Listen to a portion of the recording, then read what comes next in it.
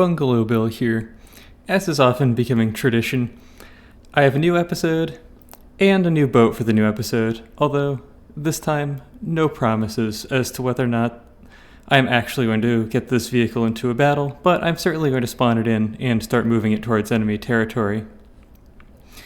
This is a missile cruiser of a much more modest size compared to the previous hull breacher. It weighs in at about 127,000 materials with about 100 firepower. Predominantly, it launches medium heat missiles. Originally, I thought that these were squash heads, not shaped charge heads, so I was always calling these HESH missiles in the past. Reinforced body for a little bit of additional hit points. The explosive warhead. Explosive warhead should be behind the shaped charge head. I'll copy that over for the other ones. And then some Sea-Whiz that I stole off of the hull breacher, except I was having trouble getting the kills that I wanted on projectiles with the kinetic Sea-Whiz from the hull breacher. So this is high explosive instead, which is why it has the larger gauge. The Tetris in it is a little bit bad because it doesn't fit the turret size that well. It's still not awful, but it could be a little bit more efficient. And the rate of fire is a hair low, so sometimes it just doesn't have a shell rack to shoot at a projectile. But it does seem to do better against especially medium-sized missiles and smaller-ish cramshells than the kinetic weapons because it doesn't need a direct hit. It just needs to get close enough for the timed fuse to achieve a hit.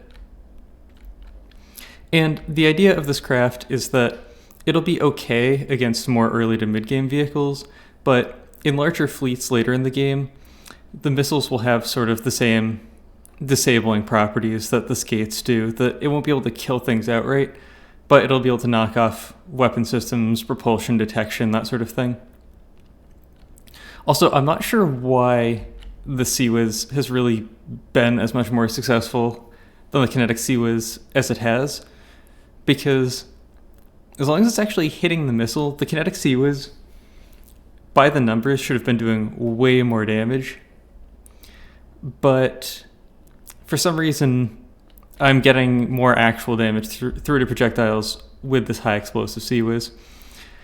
And a saying that I'm particularly fond of, that I really think applies to many aspects of this channel, is when things work in practice, everything works and no one knows why. And when things work in theory, nothing works and everyone knows why. But on this channel, I combine theory and practice. Nothing works and no one knows why. With that, let's get right into the episode. Here we are back in the campaign mode. Let's take a quick look at the strategic map and see how things have changed since the last episode. In general, there hasn't been a huge amount of difference, so we'll focus on the Steel Striders, where I've pushed out from Twin Guard territory into the Steel Striders along a path of victories against some submarines in the previous episode, as well as taking out this resource zone in the previous episode. This episode, the hull breacher is likely to go along the shoreline to take out the iceberg logistics hub, which is holding up my smaller vehicles, which simply don't have the firepower, in particular the torpedo bombers, to take it out. Here we fought the extinction in the Kobolds, but there was no actual change of territory against the Grey Talons. So I need to build a few more vehicles, particularly ones that have the firepower to take out the Raven's Nest, and then begin a push onwards. The Lightning Hoods, we killed the Exajewel around here, and a resource zone, as well as making some small inroads here where we fought the Eclipse. And we will be pushing in this direction, although for all of the factions, I do not plan on killing their headquarters until I've completely drained the resource zones of resources. I mean, not tapped them out, but, so they don't have 1.3 million materials banked. I'm not going to capture all of their territories, but I'm not going to kill them before they've built their fleets. Similarly, the Onyx Watch, we took out an Iron Cordon and started to push in just a little bit, but I still have quite a bit of inroads to make before I actually get to the Onyx Throne. The Scarlet Dawn, we have not seen that much of. I didn't actually have to fight them. I don't believe they're included in the enemies list, but I did click Abandon All Talks, All at War, rather than the actual diplomacy option. I did that on purpose. And we've seen one small vehicle out of them that I didn't actually include in the last episode, the Velocity. But I'm still waiting to see more. They've been gathering up with the Great Talons, so there may be a fairly large fight, but because they're sitting on a raven's nest, I haven't mustered up enough actual craft to fight them yet. Alright, I'm going to start mobilizing my forces, and I will see you in a fight. It looks like the Onyx Watch have begun to apply a little bit of pressure in the north. Currently, they have a parapet that caught out one of my darning needles, but I'm going to add the palisade in as well. I don't exactly want to add the static defense that's really far away in. I think that might just be a little bit painful. I'll take it on separately later. I don't remember if this Tycho still has a reamer that's alive. Oh, there's also supposed to be a darning needle here, but it got left out. I suppose it was probably a bit far away, and I wouldn't have been able to bring the palisade in. Let's pause while I get back into things. I was planning on making us attack the palisade first, or the parapet first. But I think I've been a little bit slow, so we're just going to watch things. No, actually, I'm going to retarget. Yeah, so we'll go after... Engaging now. Go after the parapet, see how that works for us. The reamer may or may not kill the palisade while this is going on in the background.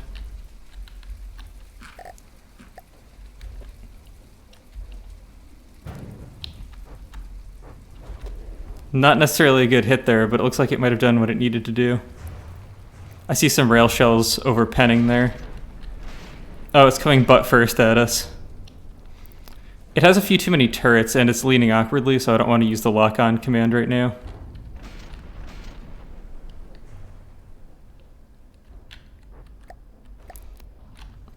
We haven't taken appreciable damage there. Barely overpenned with that shot. It came out very slow. It is being surprisingly dodgy right now, which is probably contributing to us having difficulty acquiring a good hit on it, but there we go. I don't think either of those shells made it all the way to us. Oh yeah, that one killed it, I think. Has very little firepower left.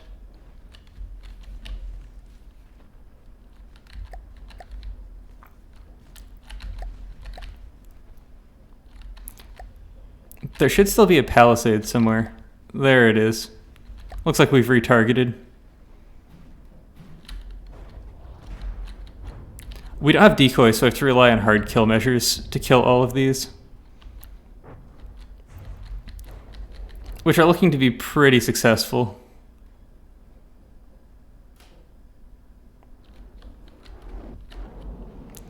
We're still at a range where I don't expect very many good hits with the railgun because of our base bleeders, but I'm going to check in a second. Yeah, so you can see how our kinetic Sea-Wiz is a little inaccurate at range, but it's starting to get pretty good when we get closer. However, we're not getting... Oh, right, that's because I took almost all the interceptors off of this. If I didn't take all of the interceptors off.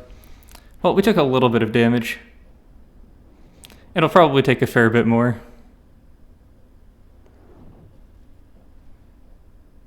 Yeah, those base bleeders are definitely hurting us at this range.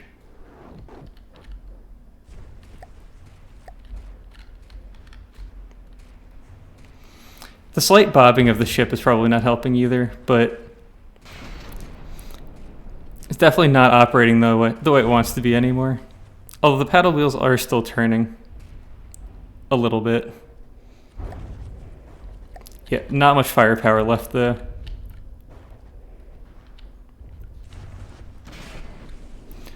The Onyx Watch have so much empty space that I think the APHE and AP frag rounds really help a lot for actually scoring hits on some of the components.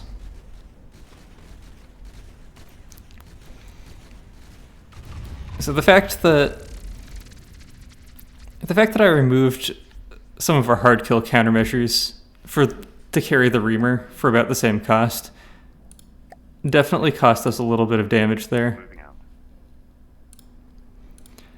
Immediately following, we have another fight against the Onyx Watch, where my capture craft, which I was using some darning needles to capture, Listening. have been caught by the readout. Listening. Now, I don't expect the readout to be able to hit them, but it's certainly possible.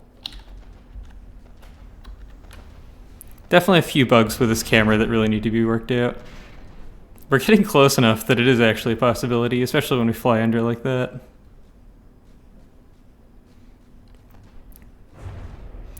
Our explosive packs have been pretty useful against some craft that we fought, especially the later air vehicles that these are sort of intending to fight. But a big chunk of metal like the readout might provide us with some opposition.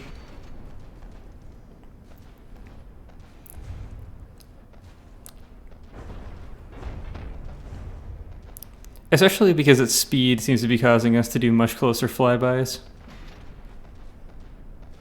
And that little AA gun is actually scoring hits. It was scoring hits.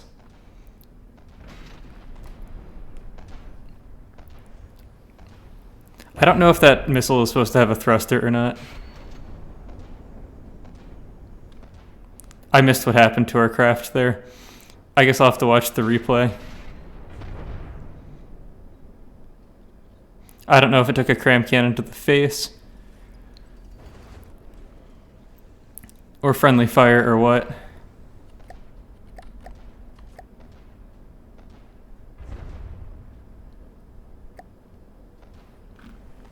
That was a pretty big slowdown. I was expecting a larger chunk to get taken out.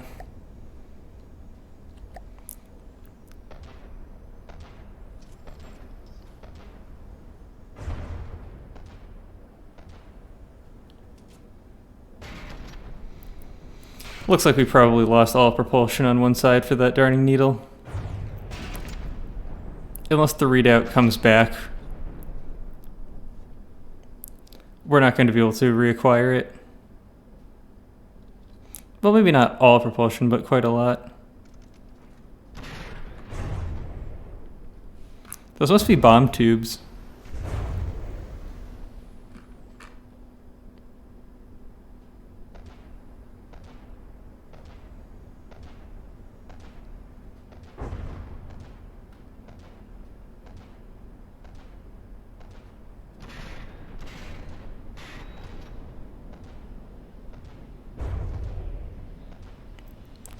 Oh, I think I know what's causing us issues.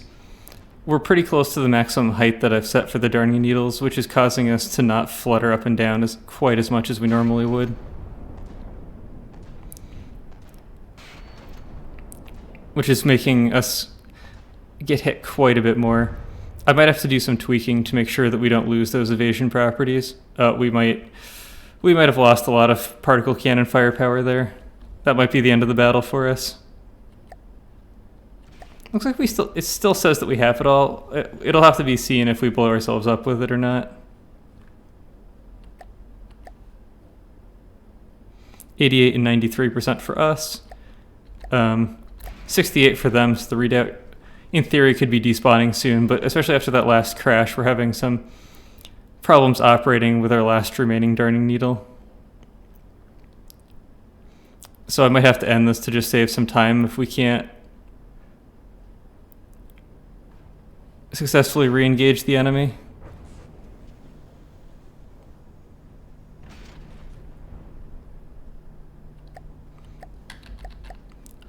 Yeah, it looks like that cram cannon shot was enough to kill us. That crash was really unfortunate for us. It is one of the issues with using smaller vehicles than your opponents, that if you get a crash, then you're just sort of out of luck, because the crash damage is not reciprocal. It's each craft calculates it based on its mass to the other craft. I really do think that collision damage should be reciprocated. Yeah, I'm just gonna end this fight. We're not quite. Listening. Like, if I have to board this one, we'd probably heal pretty quickly enough to actually. Yeah, we didn't need to heal that much to get a shot off, so maybe we can keep going. It's hard to tell because we're actually missing some armor blocks on our wing. How much of it was AA guns clipping into our wings, and how much was our wing armor actually getting shot through? Looks like there is some sort of bug on Beta Branch, though, that's causing our vehicles to not despawn when AI dead, that they have to keep getting hit until they're too damaged. I'm not sure what caused it. I think there have been a lot of... I mean, there was a patch recently, but I think it happened before that, where it seems like there have been a few patches with no news or patch notes that I've actually noticed. This is a big slowdown. Not sure what caused it, though. I don't think there are any internal explosions there. But I don't think the readout's really doing much at the moment either.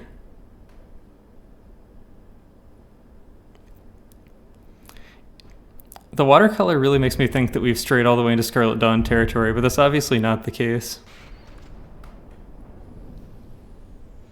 I'm assuming this is the 2 damaged text. The readout has really fought impressively all the way down to the 2 damage level. I thought the Darning Needles were going to be harder for the Onyx Watch to hit, but we definitely had a little bit of poor luck, and then just some AI tweaks I need to make so that we don't lose dodginess when things climb above our flight ceiling, or at our flight ceiling. We are continuing with our offensive against the Onyx Watch. Currently, we've got a Rook, which is fairly small, and we also have one of their little outposts. So let's hop into battle. The Rook is another one of their interceptor craft, which they seem to be using quite a lot here. I would like to take that out first, because it's probably the most competent of their vehicles. Fortunately, it looks like we're handling its fire pretty well. And one shot lopping off that turret brings it down to be 2 damaged. Unfortunately, we do not have efficient weapons to take down a village like this.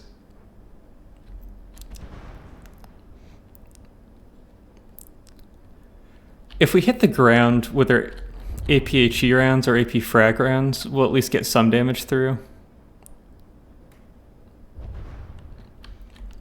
Because otherwise they just sort of tear a hole through the building. Yeah, you can see this one detonated all the way back here. Looks like we've got some Z fighting here because the tiles of land aren't lining up quite properly. Also, in theory, we should go up as we approach land. This is something that I've not actually tested yet on the Tycho. Or perhaps turn. Oh, it switches broadsides. It's not getting close enough to land. It's going through its broadside switching routine instead.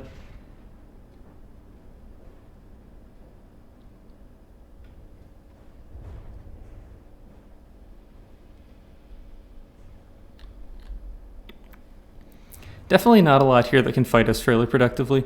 I'm thinking about pulling the Tycho off of this front because I'm going to start some of my surface fleets as they get built pushing in towards the Onyx Throne. And I think we've already smashed the larger fleets of the Onyx Watch. Not a huge battle here, but the Steel Striders near the Iceberg Logistics Hub has brought a Aurora and a Lynx squadron up to slow down one of our fleets. We do have quite a bit of laser firepower up here, so I'm not exactly expecting the stiffest resistance.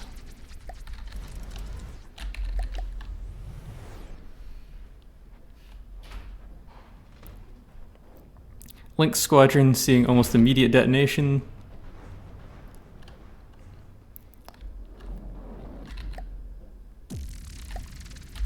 Reamer took a lot of damage there, but it did manage to get a hit first. This fleet is running a little bit low on materials to repair it, though. It is expensive if it takes that much damage.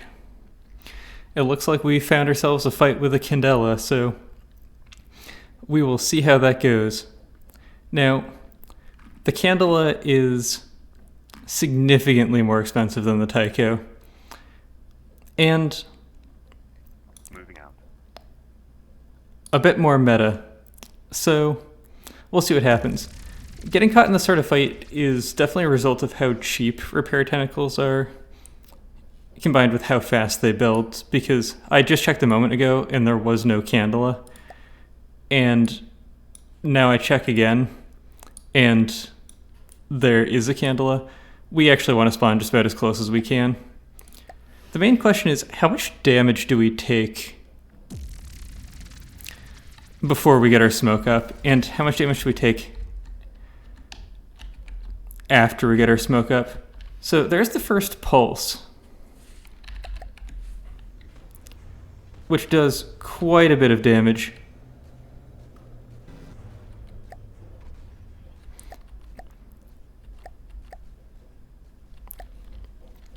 Yeah, we lost APS firepower on that first pulse. It looks like it went straight for the center of one of our APS guns. That's unfortunate for us. Smoke defense can be a little bit slow, and if that happens against a laser craft, it can do amazing damage against smoke right at the start.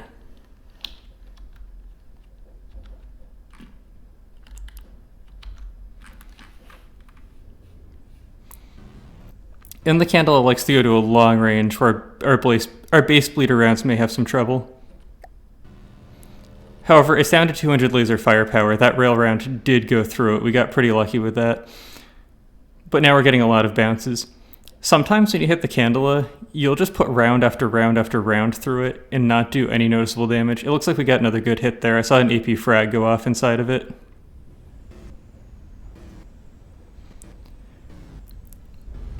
APHE, down to 127 laser firepower. Tycho's still at 97%. I think once it got its smoke up, it hasn't really taken much damage. Candela doesn't really seem to be firing anymore either, so we might have severed some important connections there. It might still have the laser firepower, but it's not able to use it productively. Another APHE going off inside. Fortunately, it hasn't spent too much time outside of our effective range. The base bleeders do add enough inaccuracy that if it goes to the 3 kilometers that it'll sometimes fight at, we are not going to hit it very productively. I do think that I've fought a lot of the Lightning Hood's craft and the designer with the Tycho, but I don't remember the results. I've probably fought the Candela with it before, though. You can see us getting a lot of misses here, though. That one didn't miss, though. I couldn't tell which type it was just from watching, though.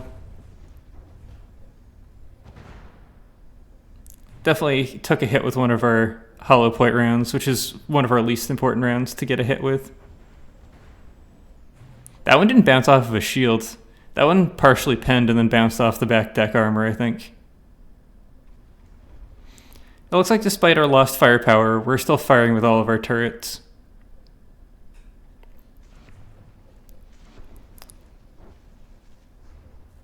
There's definitely a big game slowdown with one of those AP frag rounds. Always really hard to tell what you actually get. That's one of the issues with not using pen depth fuses, that you get slight over pens like that round that came bouncing out.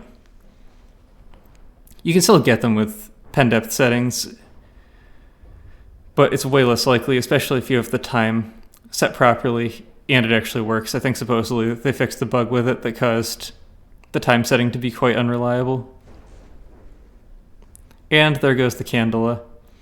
It did good work with that Alpha Strike before our smoke got up, but it just wasn't quite good enough.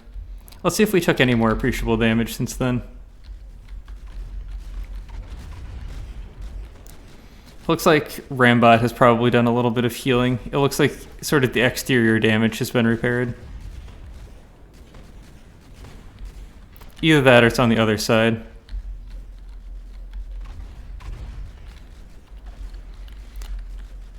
Yep, you can see through our lack of real Citadel armor to keep our weight down straight through that turbine. Okay, so there is still the hole that went through our turret.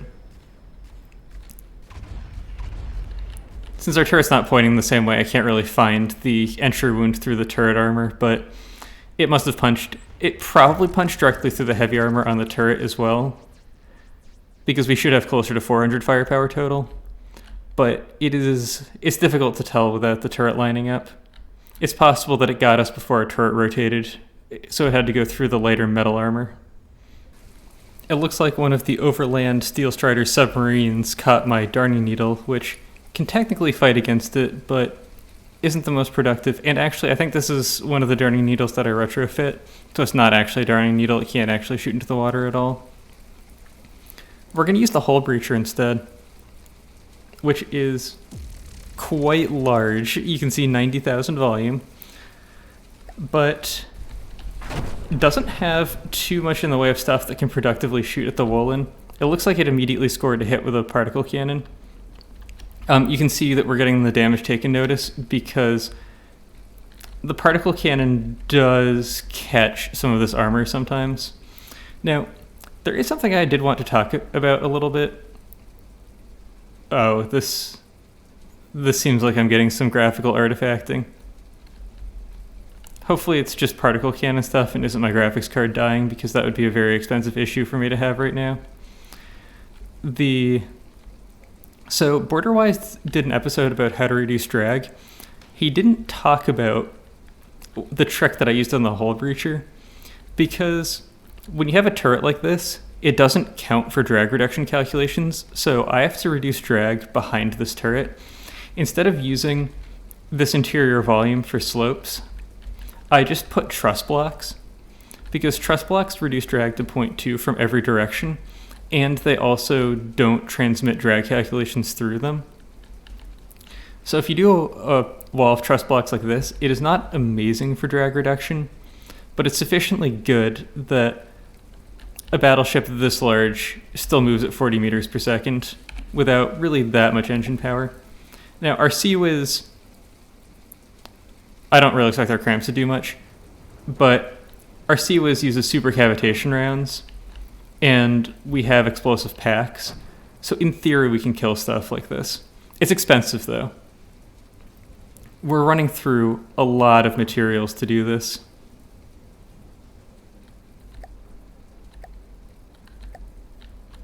I do think that Cram should have a slightly higher effectiveness underwater.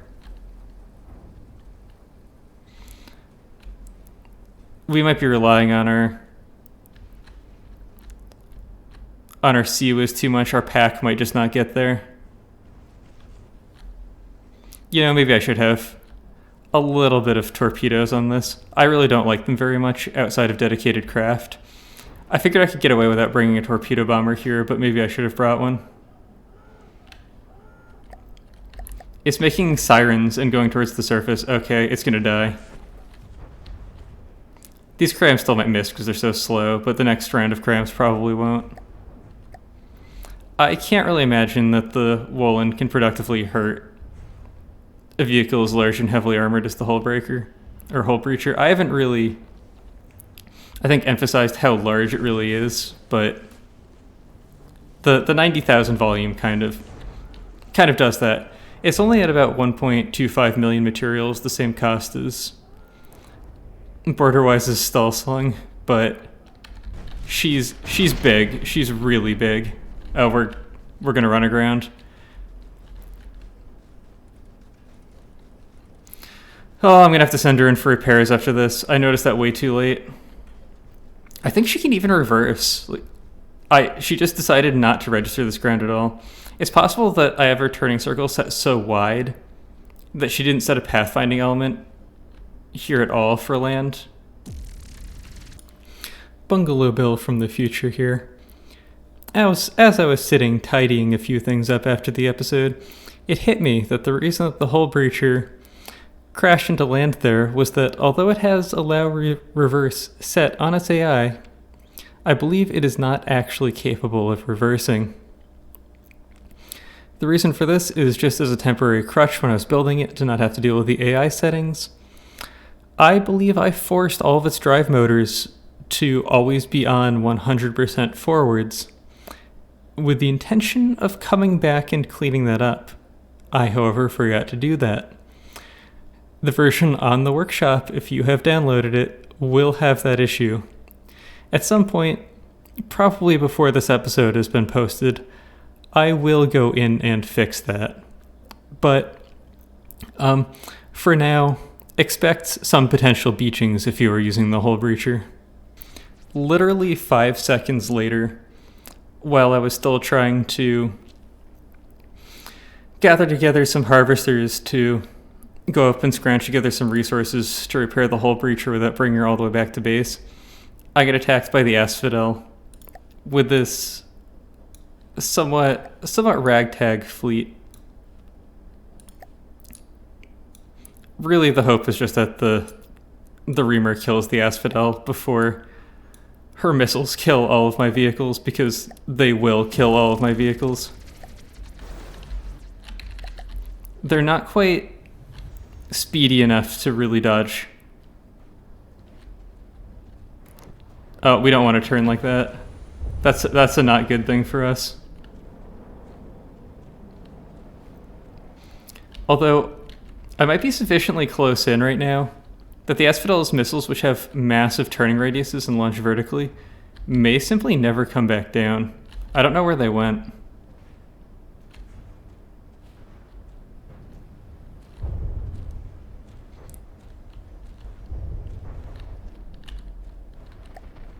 %77% for the Asphodel, but I was looking for the Reamer's health. Yeah, the Reamer's dead. I haven't checked to see if the Asphodel was switched to remote missiles, because I have not had much luck in distracting her missiles recently. Yeah, high explosive CWAs like that can be a real problem for the Darning Needles. In that case, it looked like it may have actually shot through the wing armor fair and square, but sometimes it doesn't. I can't imagine that the Asphodel has the ammo left to really fire any more missiles, if it even has missile firepower. Yep, still has 250 missile firepower, but there's probably no ammo to reload them. So all that she's got to rely on now is that CWIS. Looks like our Dandelion took a missile attack. Listening.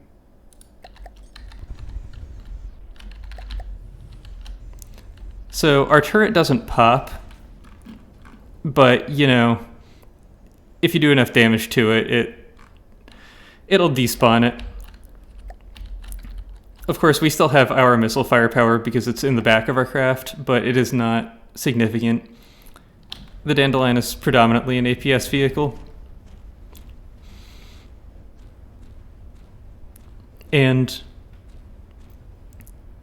our lasers are getting there very slowly. The smoke on the Asphodel is slowing us down quite a bit. Heat damage coming in there, which didn't manage to pop the turret or do any particularly noticeable internal damage.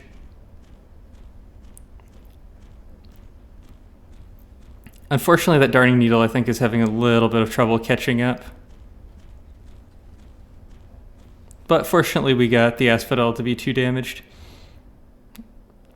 I think there's still a little bit of wing damage on that Darning Needle. Oh, I guess the 2 damaged was for the support vehicle for the Asphodel, the little spotter plane.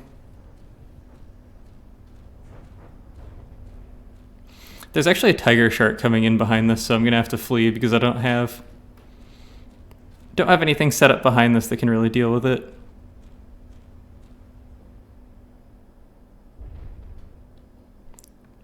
Darning Needle still giving a last few shots in.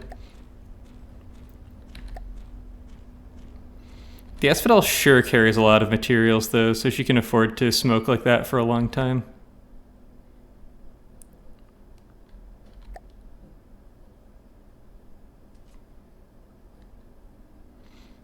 Losing a chunk of blocks like that all at once, though, is good for us.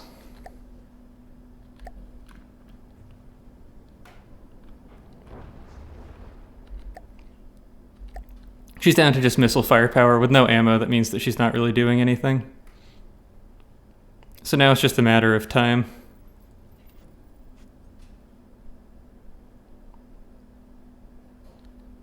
How fast is she though? 40 meters per second? Yeah, that's pretty fast.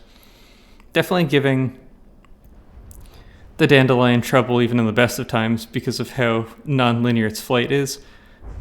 But now it's giving it even more trouble. It's also not doing that much damage, which makes me think that some of its particle cannons have been taken out.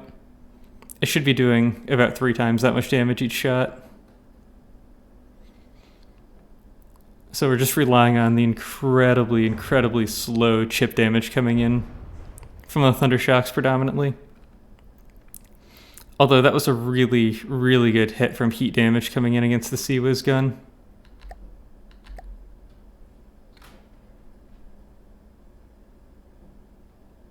So the Asphodel is finally despawning. I have no idea where we are now, though.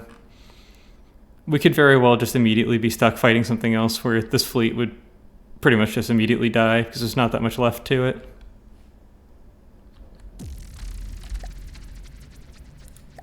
Nope, this is almost exactly where we started with the Tiger Shark coming in. So we are, of course, running away. We're probably too slow, though. No, we're at the same speed as it. Although this battle is against the Furnace, which is not notable, so I usually do not include them. I'm including this one because it's the first fight that a sailfish is getting. Ideally, we would have had one by now because I was planning on fielding some against the Extinction, which, unknowns to me, has been capturing some of my territory for quite a while. However, I accidentally put those slightly outside the construction range of one of my harvester groups, so they didn't get built. So I'm putting a different and quite small fleet against the Extinction instead, probably as the next fight, and it'll probably end the episode with the final battle against the Lightning Hoods.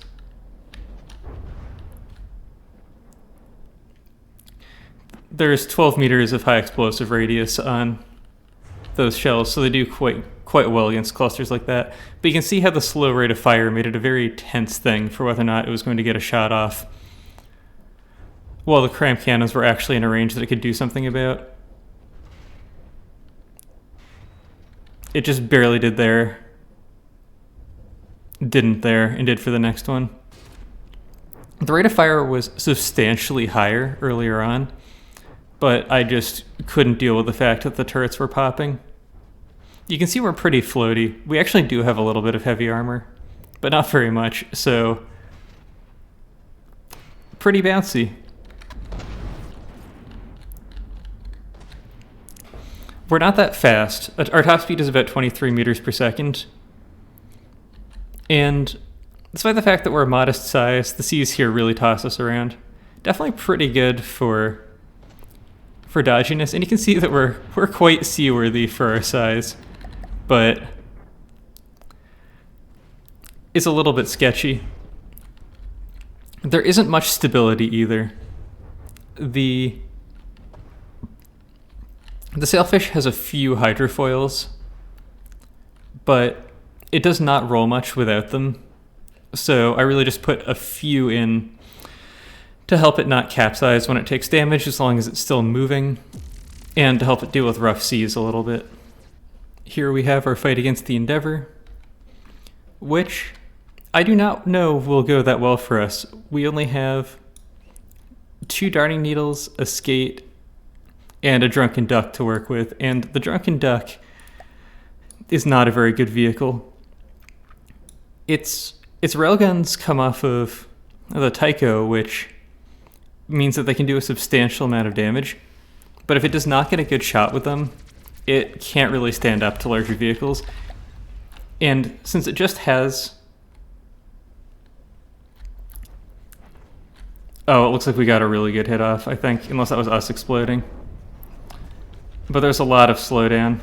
So unless we get a pretty good hit off before one of our barrels gets chopped, we can be in for some real trouble. Looks like the skate can't really stand up to the firepower that the Endeavor brings.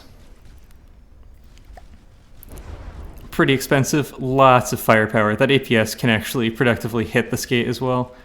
So I highly doubt that the skate has much firepower left, but it looks like that was a crippling shot from the Drunken Duck. You can see how, when it gets a good hit like that with the broadside armor of the Endeavor, not really able to survive that kind of damage, it can be absolutely devastating, because the Drunken Duck costs, about 200,000 materials when it's fully repaired.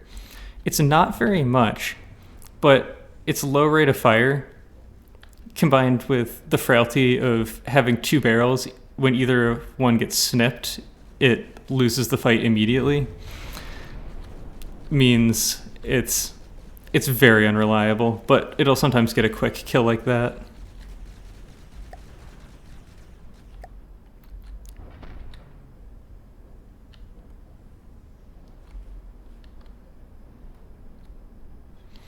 The Endeavor's not the best vehicle either, but it's not a pushover.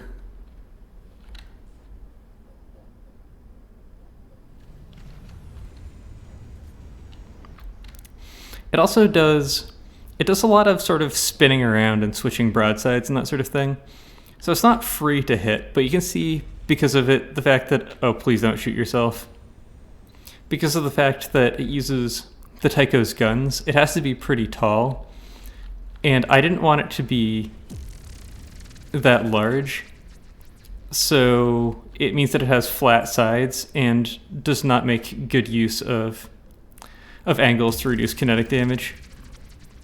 Well, I was forcibly put into the next battle because I was talking for too long. We are fighting the Quartzstone Fortress, and we are bringing in everything that I have nearby. I believe a munitions factory and a current, so there's really not much here to fight us. This is just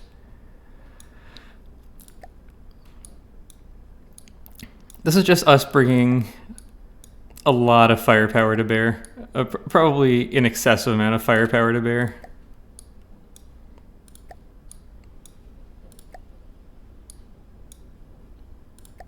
Put myself on the flagship, and let's watch the Quartzstone Fortress fall apart.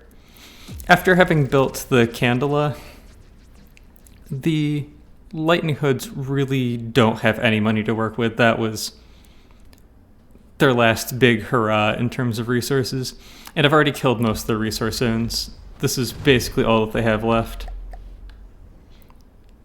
I think that was us doing damage to our own craft there. I think we accidentally hit it. We don't really have much in the way of hard kill measures left. Looks like we're getting a few pops off on those missiles though. So the Quartzstone Fortress can be hard on some of our smaller craft. You can see we don't have laser defense on those, and they're small. But I don't think it brings that much laser firepower to bear anyway. Yeah, and it's probably already lost quite a bit of what little it had. Thundershocks take care of these little things so that they hopefully won't cause slowdowns for very long. It looks like the Tycho has put a few holes into the big laser stick in the middle already. Given how spindly the Quartzstone Fortress is, AP rounds are usually not great. It looks like these APHE have been sort of detonating, which will give some reasonable damage. And the HE rounds on the Dandelions should do some pretty good work.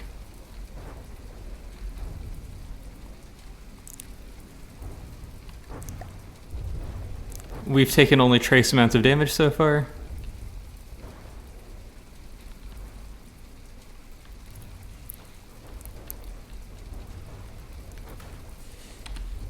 Like many fortresses in Nieder, the Quartzstone Fortress is, I guess, really just all about flair.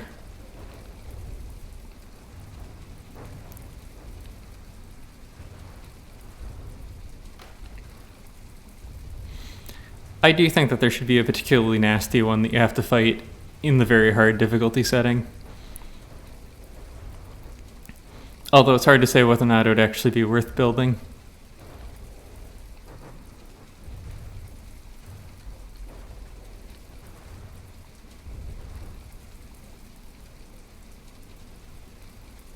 Well, looks like that's pretty much it.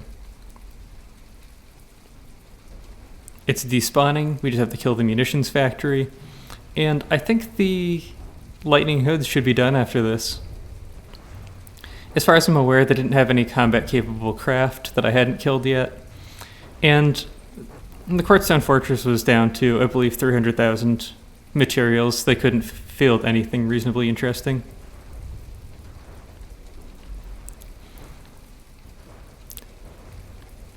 So this battle will wrap up this episode. In the next one, I'm hoping to get the Hull Breacher fielded against some of the fortifications from the Steel Striders, because it's the craft that I have there that will actually take those down efficiently and quickly. There's a Tiger Shark that I plan on fielding an odd array of not terribly capable vehicles against, so that'll be interesting. And I plan on using some sailfish to bust down the Onyx Throne, as well as the few remaining craft they have, as well as to start to push into the Grey Talons, because I have 2 different fleets of sailfish right now. One of them comes with an elephant in tow, which I have not used in this series yet, but is a right-sider cram battleship that is fairly modestly costed at about 350,000 materials, but brings 400 firepower of pure frag cram to bear. So it's very good at tearing apart fortifications.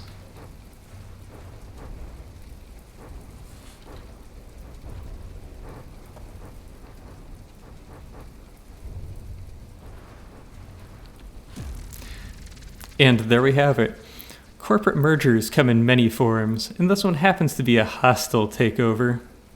I have no hostility in my heart. The Lightning Hoods come under the guidance of the 13 Sages. I didn't quite say that right. Have decided it would be better for them to serve under you than to be eradicated. That is also not their choice.